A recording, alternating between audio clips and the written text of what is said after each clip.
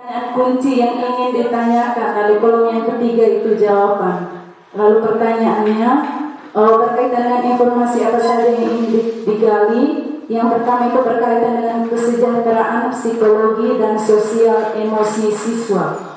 Lalu pertanyaannya ada di kolom yang kedua di situ. Contohnya pertanyaan yang pertama, apa kabar Anda hari ini? Itu pertanyaan yang pertama. Itu berkaitan dengan kesejahteraan psikologi dan sosial emosi siswa. Pertanyaan yang kedua, apa yang Anda rasakan hari ini? Gambar-gambar kepala manusia itu apa itu? Kan asesmen diagnostik ini kan kita buat supaya kita bisa tahu psikologi siswa itu seperti apa. Dan di sini kita mempunyai ada beberapa informasi yang mau kita gali. Yang pertama itu kesejahteraan psikologis dan sosial emosi siswa. Yang kedua tentang apa saja aktivitas peserta didik selama belajar di rumah. Kemudian kondisi keluarga peserta didik, baik itu orang tuanya maupun pengasuh kalau yang tinggal rumah jauh dari sekolah. Kemudian ada tentang gaya belajar, karakter serta minat peserta didik. Kemudian mencari tahu tentang pergaulan siswa dan juga minat dan bakat. Ini yang kemarin kita sempat, maksudnya hal apa saja yang mau kita gali untuk kita ketahui bagaimana psikologi peserta didik yang nantinya kita akan ajar kepada mereka. Nah kemudian ini ada beberapa pertanyaan. Pertanyaan ini juga maksudnya kita untuk guru itu merancang model pembelajaran akan dia terapkan kepada peserta didik di kelas.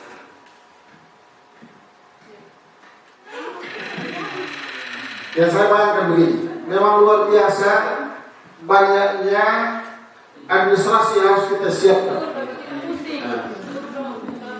Kita hari ini sudah sampai di penghujung hari ke-30 November, besok 1 Desember. Nanti kita akan maju di semester berikut lagi di 2023. Begini Bapak Ibu. Kemarin saya lihat sepintas dari yang sebelum dipresentasikan oleh Ibu Ian ini, itu belum terlalu banyak di asesmen non kognitifnya. Tapi hari ini sudah dirancang dari berbagai informasi yang mau digali, pertanyaan. Kemudian yang hasilnya sini. Tadi yang saya lihat di Ibu Ira punya itu memang beberapa pertanyaan yang kemudian kita mau gali di siswa, tapi mengarah kepada tiga kemampuan yang nanti mungkin disimpulkan untuk semua siswa yang ada dalam satu kelas. Pertama, kemampuan pembelajaran dia itu dengan visual, gitu ya, visual. Kemudian yang kedua itu audio. Yang ketiga itu kinestetik, dengan gambar-gambar. Siswa itu kita dengan PPT kita. Setuju dengan opsi yang disampaikan Bapak Kepala. Karena ini asesmen non kognitif kembali kepada kita sebagai guru mata pelajaran, Bapak. Jadi mungkin ada beberapa item yang ditampilkan, boleh kita sesuaikan. Kemudian pertanyaan yang lain itu kita sesuaikan dengan bidang studi masing-masing begitu. Jadi kita tidak bisa terima hasil yang ditampilkan di depan sana seutuhnya begitu. Tapi kita bisa sesuaikan dengan apel masing-masing. Karena yang seperti yang dikatakan Pak Guntur tadi, kita merancang pembelajaran, maka guru bidang studi lebih tahu. Dia lebih tahu kemampuan siswanya dalam hal merespon asesmen kognitif juga dengan non kognitif juga. Jadi saya sepakat dengan opsi yang kedua tadi ya, oleh Bapak Kepala, kalau dibuat oleh masing-masing guru mata pelajaran saja begitu. Terima kasih.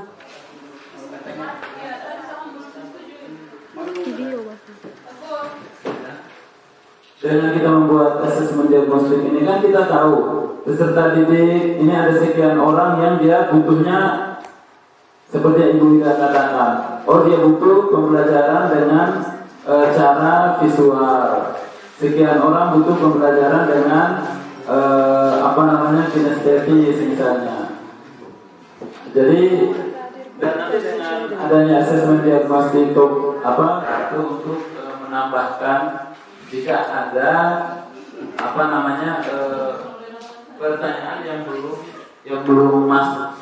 Yang menurut kita harus perlu menambahkan pertanyaan di keadaan siswa di rumah atau di kesejahteraan atau di karakter siswa, karena memang asesmen diagnostik ini baik itu kognitif maupun non kognitif ini hanya untuk supaya kita bisa mengklasifikasi. Itu sudah pasti yang ke-10 atau pasti E. Kemudian yang berikutnya ada capaian pembelajaran. Ini contoh di dalam ini untuk setiap mata pelajaran. Kemudian yang berikutnya TP. Dua ya. Kelas atau fase E. Ya, silakan Ibu Linda. Modul ajar 1. Baik, terima kasih. Saya lanjut saja. Asesmen kognitif. Dia punya formatnya seperti di dalam yang saya buat. Yang pertama itu. Ada berapa? Tadi itu misalnya di dalam kelas 10 itu kalau ada siswa yang tidak tahu seperti gendang dengan seruling, ya gendang saja kan biasanya siswa itu lebih tahu campur, apalagi seruling lagi. Jadi tadi saya menekat, terus saya mencoba untuk membuat asesmen dari sejarah. Terus dengan pertanyaan pertama, karena ada siswa yang tidak tahu seruling, jadi saya coba membuat di sini. Coba saya punya itu tentang yang pertama itu berkaitan tentang apa itu sejarah.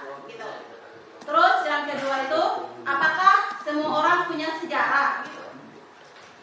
Terus yang berikut lagi, adakah yang tidak punya sejarah? Kenapa semua orang punya sejarah? Itu kan pertanyaan. Jadi saya lihat tadi yang Ibu Linda buat itu ada di dalam pertanyaan pemantik juga seperti itu ya. Mungkin ada kaitannya juga begitu. Oh ya, lalu ada pertanyaan lanjutannya. Kira-kira terbuat dari bahan apakah alat musik seruling? Materi tentang musik, alat musik. Materi ini berkaitan dengan musik. Musik itu secara umum.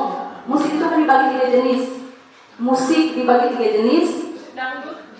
Vokal, instrumen, dan campuran. Vokal itu artinya, vokal itu kan termasuk musik juga. Vokal itu suara yang dikeluarkan oleh manusia. Sedangkan instrumentalia itu alat suara yang dihasilkan oleh alat-alat musik. Kemudian yang ketiga itu campuran. Campuran itu perpaduan dari alat musik dengan vokal atau suara manusia tadi. Itu dari vokal musik itu ada di pertanyaan nomor 2 aku tidak salah. Pertanyaan nomor 2. Coba kita kasih dulu. Pertanyaan nomor 2 tadi. Ada dalam pembelajaran. Sementara ini adalah asesmen. Sehingga lain. Kalau pertanyaan pemantik itu kita mencoba mereka bagaimana memotivasi mereka untuk mereka harus tertantang menjawab pertanyaan yang sesuai dengan materi yang kita ajar. Tapi ini adalah asesmen. Sehingga asesmen ini dikadakan untuk mengantarkan mereka sebelum materi kita ajar. Sehingga contoh musik vokal, musik instrumentalia, kemudian campuran. Atau B, ada vokal, instrumentalia, campuran, terus apalagi? Kan pengen itu. Tetapi tujuannya adalah kita mencari tahu mereka punya kemampuan awal, kemampuan dasar. Lain dengan pemantik dalam pembelajaran. Ini kebanyakan seperti pemantik. Oke? Sehingga salah boleh. Asesmen ini adalah bagaimana rancangan kita untuk mencari tahu dia punya kemampuan awal. Di sana mereka sudah belajar seni. Tapi artinya guru tidak salah untuk mencari tahu dia punya kemampuan awal. Terima kasih bertiga. Silakan lanjut. Oke, begini lalu tinggi rumah.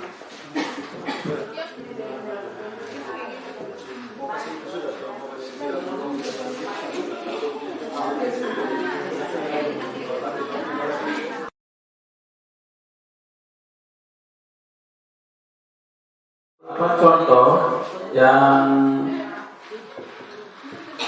kemarin ini contohnya bahwa untuk membuat proyek itu alur aktivitasnya adalah yang pertama tema, yang kedua topik, yang ketiga alokasi waktu, yang keempat dimensi profil belajar Pancasila, yang kelima elemen dan subelemen.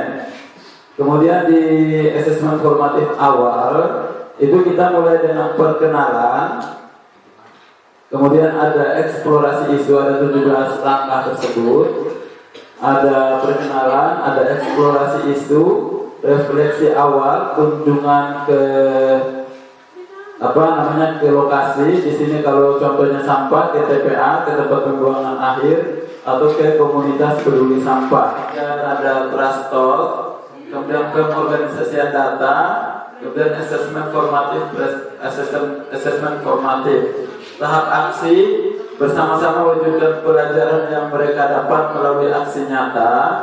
Itu ada poster atau aksi nyata, kemudian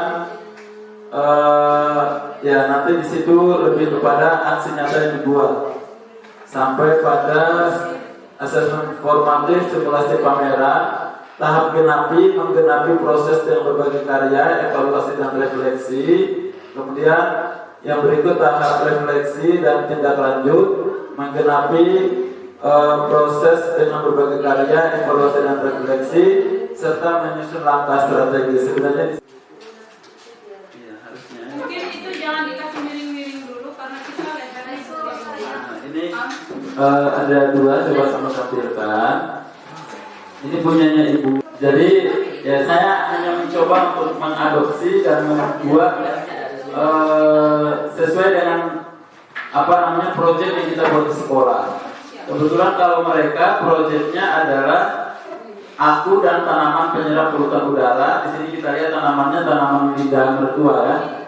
Ya, tanamannya itu tanaman lidah mertua. Sebenarnya simple dan mudah sebenarnya. Kita bahkan sudah banyak proyek yang kita buat.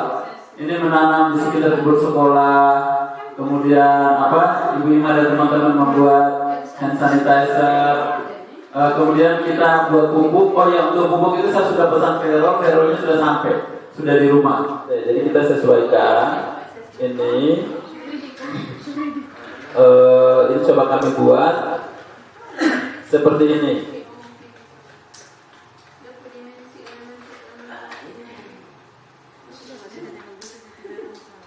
Bisa dilihat Bu ya. Kita pamerkan. Produksi kacamata-nya itu kita pamerkan.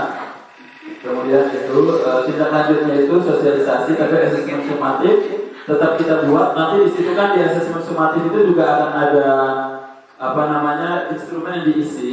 Mungkin pertama di instrumen itu mungkin pengemasannya perlu perbaikan misalnya. Kayak seperti itu gitu. Tapi itu ranahnya Ibu Saleha dan kawan-kawan misalkan. Iya, termasuk juga di situ. Untuk perbaikan dan tindak lanjut dari proyek yang sudah kita buat. Terima kasih. Assalamualaikum.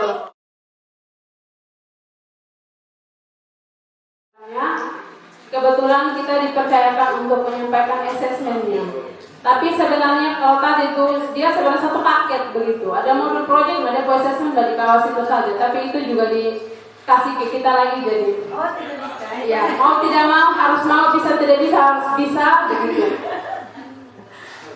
Project itu ada 3 aspek. Yang pertama ada perencanaan, ada pelaksanaan, dan ada laporan proyek.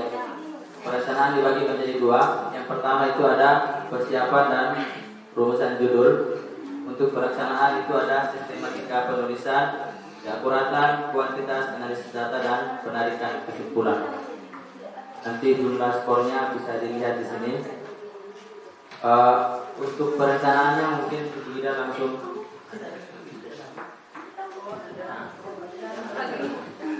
Baik Bapak Ibu, sesuai dengan modul proyek yang ditampilkan oleh Pak Guntur dan rekan-rekannya tentang Pak Gun tadi proses pembuatan jamu mente kok? Ya, jamu mente yang dia punya biji besar-besar dan yang montok-montok, sehingga hasilnya juga nanti enak-enak begitu. Kemudian ada pelaksanaan. Pelaksanaan di situ peserta didik bisa melakukan pengemasan ya, dikemas. Kalau sudah jadi itu minta itu kan dikemas dalam bentuk kemasan yang bagus, kemudian di sini dia punya rubrik, dia punya kriteria dan skornya. Yang pertama ada aspek persiapan. Ya, kalau ini poinnya 321, tata sesuai tujuan praktek. Kemudian yang terakhir pelaporan tertulis. Jika sistematika penulisan benar, memuat saran, bahasa komunikatif, nilainya 3. Jika sistematikanya penulisannya memuat saran, namun bahasa kurang komunikatif, 2. Kemudian kurang komunikatif, kurang juga memuat saran, 1 poinnya. Untuk asesmen project, contoh yang tadi ditampilkan oleh beliau, Pak Guntur dan teman-teman yang KCMP itu. Seperti ini untuk asesmennya. Coba lagi Pak Betor. Melaksanakan project itu bisa presentasi. Nanti di presentasi itu lah guru jalan asesmen formatifnya. Jadi penilaian asesmen formatif ketika siswa melaksanakan presentasi di, ya, saya maksudnya itu yang begini-begini kan harusnya dijabarkan toh. Ini hanya pemikiran saya, maksudnya yang pertama kita tentukan dulu temanya apa. Kemudian topik itu kita buat sesuai dengan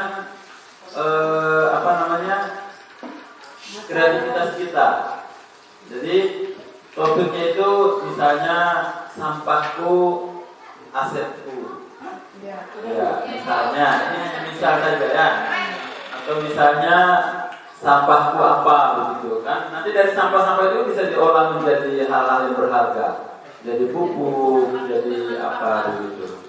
Kalau yang ini boleh punya dia tulis aku dan tanaman penyerap polutan udara begitu. Jadi ya kita tentukan tema, kemudian topik, kemudian alokasi waktu.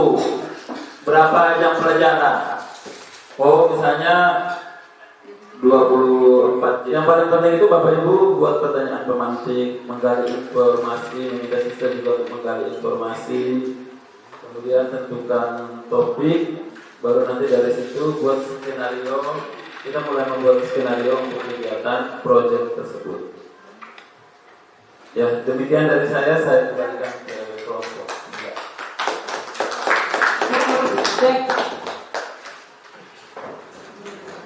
Tinggalkan ruangan ini. Ada baiknya kita berdoa dulu. Ya, siapa yang mau berdoa? Silahkan berdoa. Sebelum rangkaian kegiatan kita di sore ini, kita ucapkan terima kasih kepada Tuhan melalui doa. Dan izinkan saya untuk menyampaikan doa karena saya adalah Kristen Protestan. Kita berdoa.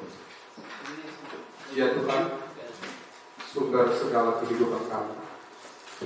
Kami bersyukur kepadamu buat hari yang kau berikan bagi kami. Kami boleh karya, boleh melakukan segala sesuatu yang menjadi tanggung jawab kami sebagai seorang guru di tempat itu.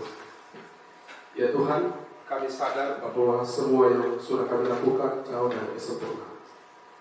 Karena itu Engkau hari ini berkuasa memberikan kuasa setiap kami hamba-hambamu